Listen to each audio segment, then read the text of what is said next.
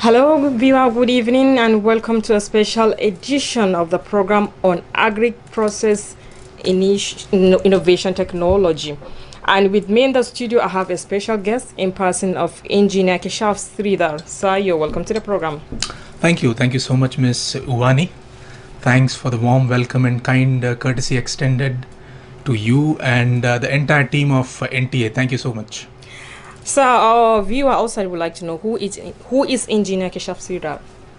Well, Engineer Keshav Sridhar is a proud Indian promoting Indian food processing technology with APIT Group of companies. And I'm an engineer, mechanical engineer, and a business master's in business administration and a certified food technologist. And I've been with APIT Group of companies for almost 3 years, wielding around 17 years of work experience in total. And we would be discussing in today's program more about our company, APIT Group of companies, and our initiatives, especially in Africa, mainly in today's program, highlighting our initiatives in Nigeria. Thank you. Well, before we dwell into the program proper, we will play a short video for our viewer outside to have an insight what the program is all about. Please stay with us.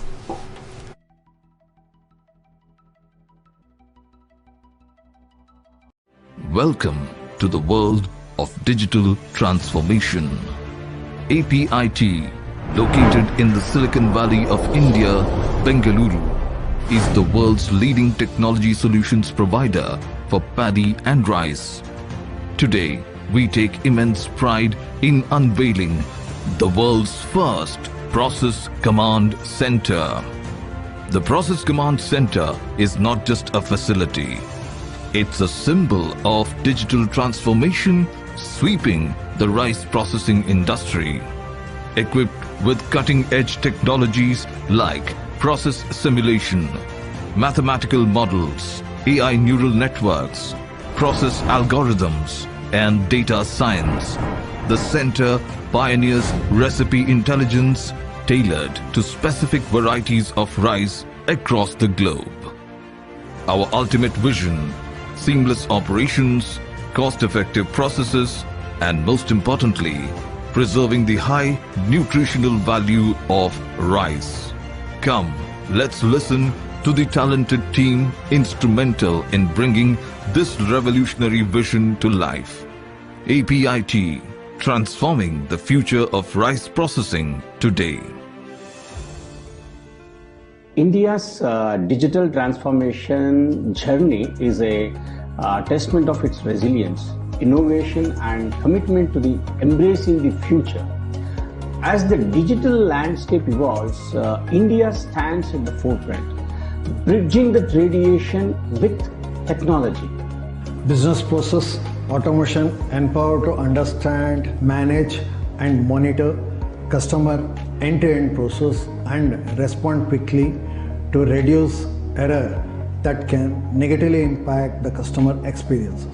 Always need to stay ahead of competitors, and by increasing the automation process we intend to widen the gap between us and our competitors.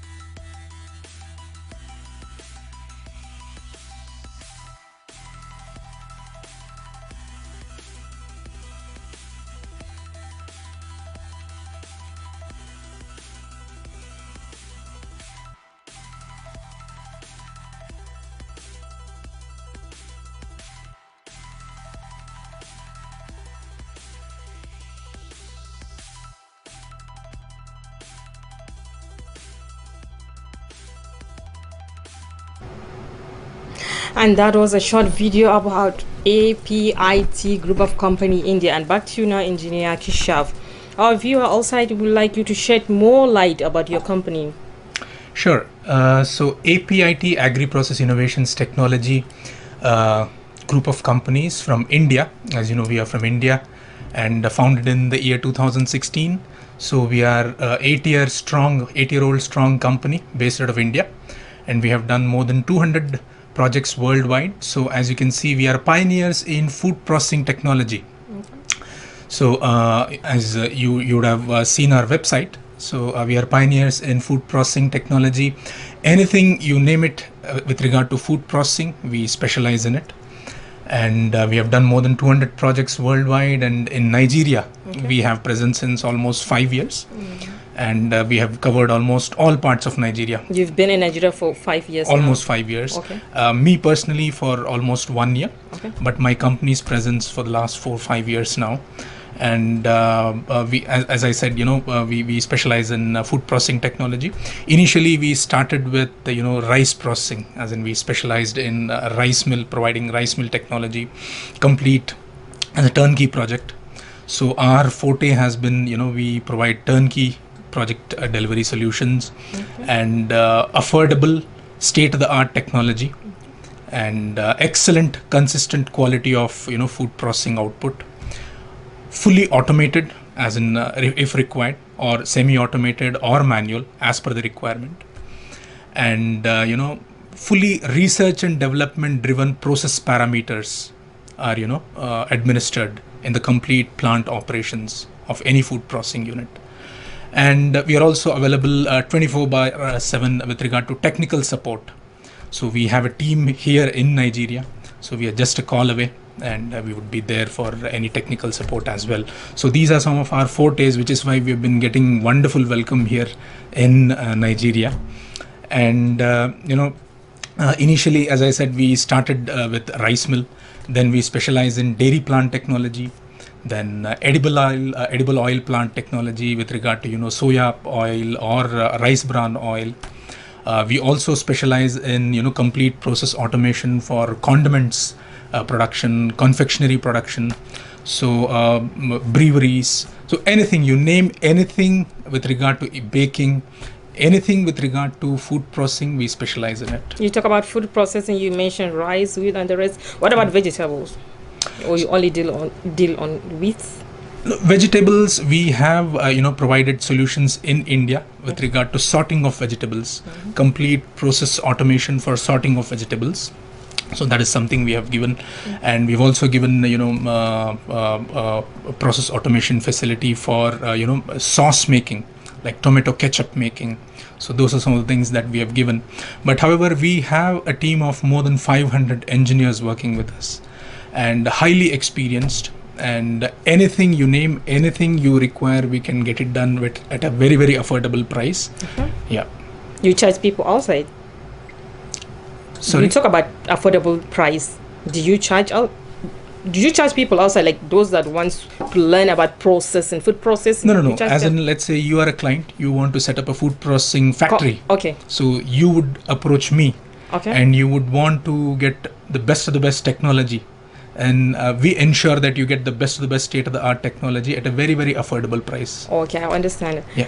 I'm talking about you have been in Nigeria for almost 5 years now, you said. Right. Our company. Can you mention those parts of Nigeria you visited, places you visit in Nigeria? Almost all parts of Nigeria. And the level of acceptance you get from those areas you visited? So level of acceptance has been amazing, because Indian technology is known for the quality. We never compromise on the quality, and we always ensure that it is affordable as well. So which is why we've been getting that excellent welcoming everywhere, and we've been in almost all parts of Nigeria. And because we initially specialized in rice mill technology, which is why we made Kano our base. We are yet to register as a local Nigerian entity. We would be registering very soon. Okay. And in today's program, I would be mentioning some of the things that we intend to partner with the local government here as a local Nigerian entity going forward. And what are some of the initiatives that we plan to take is what I would be mentioning very soon. Okay. In your discussion. So to sum it up, the response has been very good. Okay. And because we are an Indian company as of now, kind of exporting our technology here to Nigeria and doing business. And because we have been maintaining that quality consistently, which is why people are welcoming. And we have clients as big clients as the Dantata Group, the Ranos, the Giznas, the Optimums, to the mid-sized companies, the smaller companies. So all size of companies, they wish to partner with us for our state-of-the-art technology. And if any challenge faced? Challenges, understandably, in developing economies, you would have challenges. And which is why, and most of the challenges that we see here in Nigeria or any part of Africa, we have braved through those challenges in India around 20 years back. All these challenges were there in India 20 years back, and we have, as people, we have seen these challenges and we have braved through this. So these challenges are nothing new to us, in terms of doing business or in general. So anyways, when we discuss, I would be shedding light with regard to, how some of the things that we can learn from around us, and how we can solve these challenges. Because as a technology company, always our thought process is a challenge can be an opportunity, right? So how can a challenge be converted to an opportunity, and how can we solve it for the overall socio-economic development is our focus. You made mention of big companies like Antata, Diranu. What about the local farmers? How do you get to them and show them how to process their food? Talking about the local farmers in the rural areas. Right. So we are partnering with, in fact, the last couple of months, we have inked series of, free training programs in association with the local government here. And, we are in touch with the local government to impart education with regard to this. Affordable innovation with regard to technology. Firstly, educate the farmers with regard to how technology is changing, farming and agriculture in general.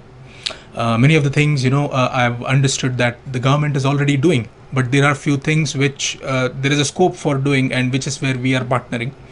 And once we make aware the farmers about these things, then we would also be partnering with them to kind of buddy up with them to come up with affordable, innovative technology. So in due course of time, you'll hear more about these things. As of now, I don't want to share more details about these things, because as of now it is confidential. But very soon you'll see these things in the media. You said you wanted to give insight to people in general food. Please share your thought with us. Right, sure. So what I did is, while we were sitting here, I had a couple of minutes, so I quickly jotted down a few points with regard to how what are some of the critical points we should focus on with regard to overall socio-economic development. So these points, not only Nigeria, any country, one would want to focus on this.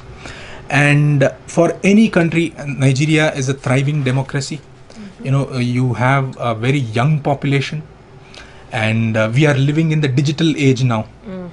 The next 10 to 20 years can be of Nigeria and also of Africa, provided we focus on some of the things that we would be discussing now.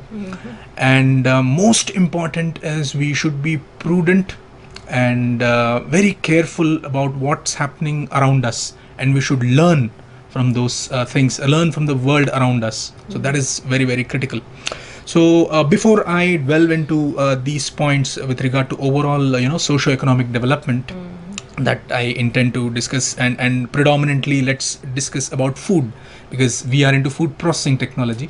And what we do as a company, people have understood, but my intention through this program is for a common man watching this program, there should be something substantial as a takeaway, which is why we would be sharing few insights with regard to food specifically. But before we get to that, what are some of the things which are very, very critical for, let's say, someone like us, a foreign company doing business here in Nigeria? or for that matter any business, even a local Nigerian entity, if they have to grow by leaps and bounds, what are some of the things which are very, very critical? So first, as I said, you already are a thriving democracy, but secularism with democracy is very, very critical, because if you don't have secularism along with democracy, then it's a lie. It can never, you can never see the true spirit of democracy. So that is very critical. I'm sure that's already being taken care in Nigeria. And, politics should stay away from religion, and religion should not be mixed in nation building and business. So this is again very, very critical, and I'm sure people are very intelligent these days. As I said, we are in digital age, and you cannot fool people. Everyone is connected. Click of a button, you can know what's happening anywhere in the world. So I'm sure people are taking care of this here in Nigeria. And few things with regard to resource management, because I see especially the northern part of Nigeria, there is I think the population surge is a lot more the last couple of years. So one should be very, very careful with regard to how you manage the resources, because if we are not prudent with regard to this, then the crisis will be so hard hitting and sudden that it will be very difficult for us to make the corrections if we are not putting the best foot forward from now. I think the last couple of years, if I'm not wrong, we've been hearing about the water crisis. This year again, it's been announced that there is acute water crisis. So that's something one needs to address. And with regard to air pollution as well, you were asking what are some of the challenges that you have observed. It is not a challenge that we have faced. As I said, these are opportunities where we can partner. But these are some of the things that we need to improve, because when you look at a 20-year-old, 25-year-old vehicle plying on the road, polluting the air with so much smoke, the person driving may think that he's sitting ahead and the smoke is coming from back, he's least affected. But the same smoke his children may be inhaling. Yes. Right? And that's a sin.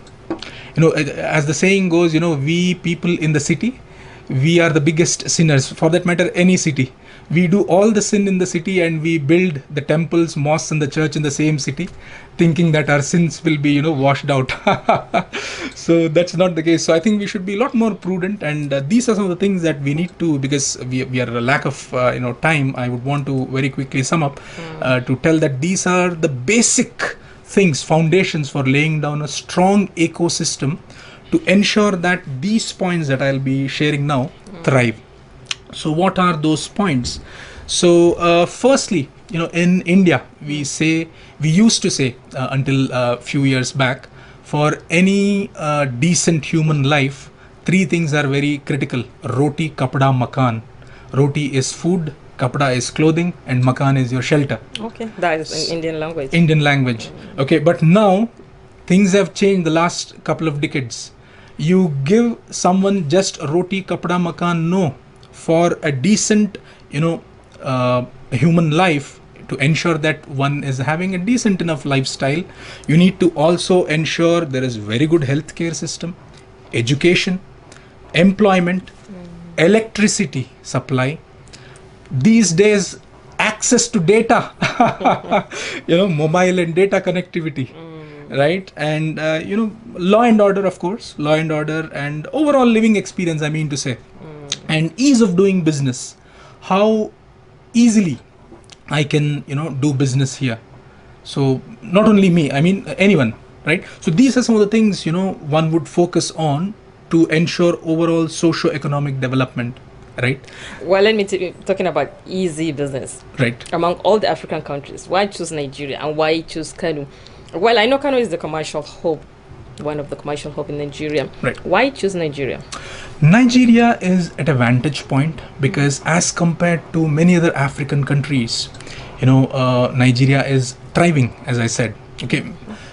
Things are a lot better in Nigeria as compared to other African countries. Having said that, we need to improve a lot.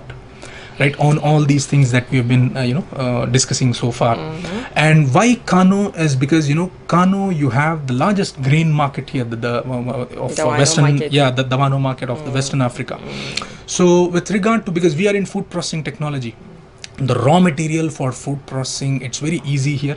Many of the people who would want to set up factories with regard to food processing, they find it easy to maneuver through Kano, in and around Kano, which is why logically it was kind of we wanted to make Kano our base. Oh, okay. Yeah. Okay. Yeah.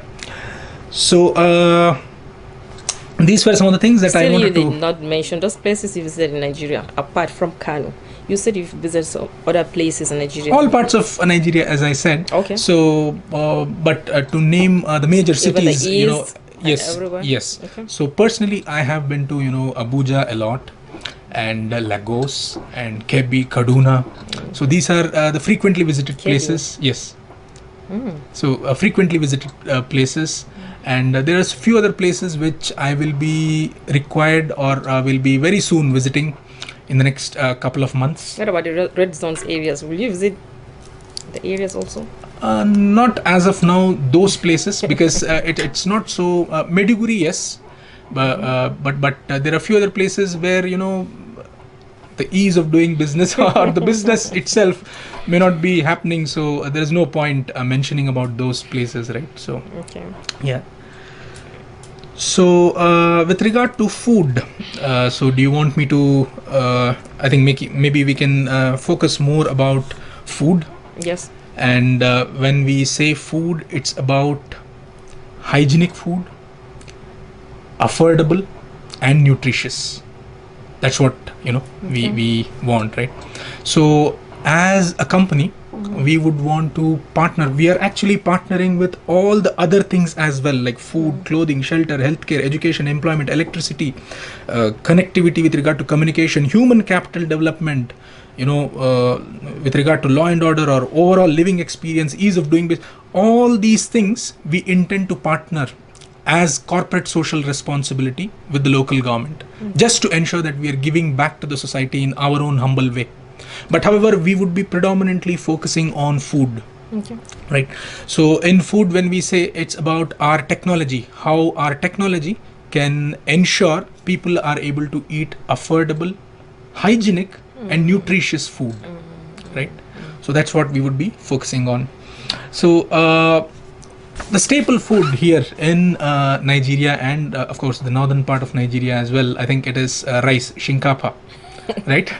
So you love your shinkapa just the way we Indians do, right?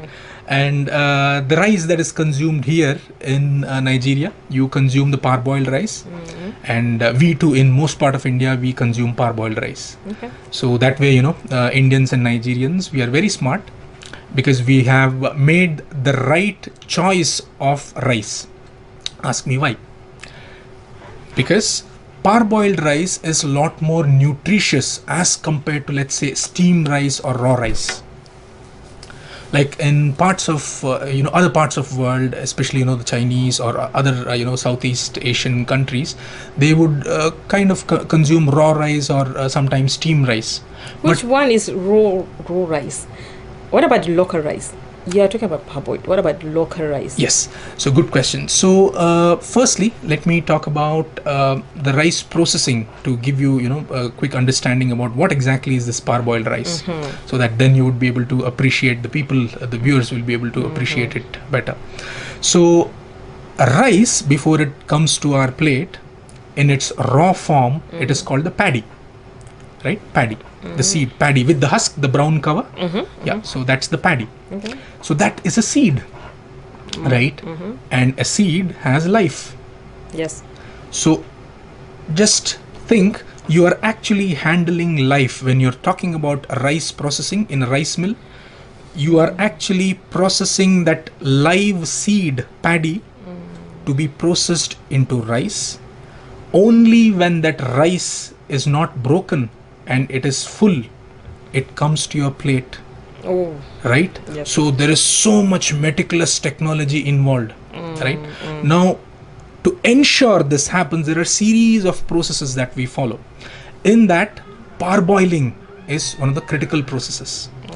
Okay, parboiling is heart of any rice mill. Well, engineer, Uh-huh.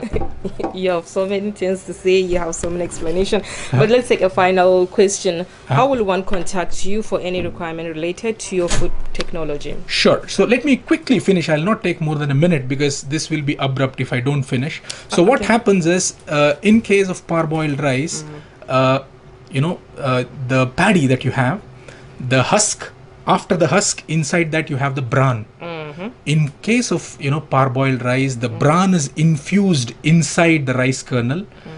In the bran is where you have all the nutrition, and because the nutrition is infused into the grain, which is why the parboiled rice is lot more nutritious as compared to your raw rice or steamed rice. Oh, okay. Yeah. So Talking about how will one contact you for any requirement related to your food technology? That's a very good question. Thank you so much for asking this. So one can contact me directly, yours truly, Engineer Keshav Sridhar, on my local Nigerian number +234 911 835 0714. That's my number. I repeat, it's 0911 835 0714. So you can contact me on this number, and anytime, anything, I'm just a call, message away. Well, Engineer Keshav, it's a pleasure having you on the program. We'll invite you next time to come and give us more explanation about your company. Thank you so much. Viewer, it's a pleasure having you on the program. Thank you for watching. You have a lovely day.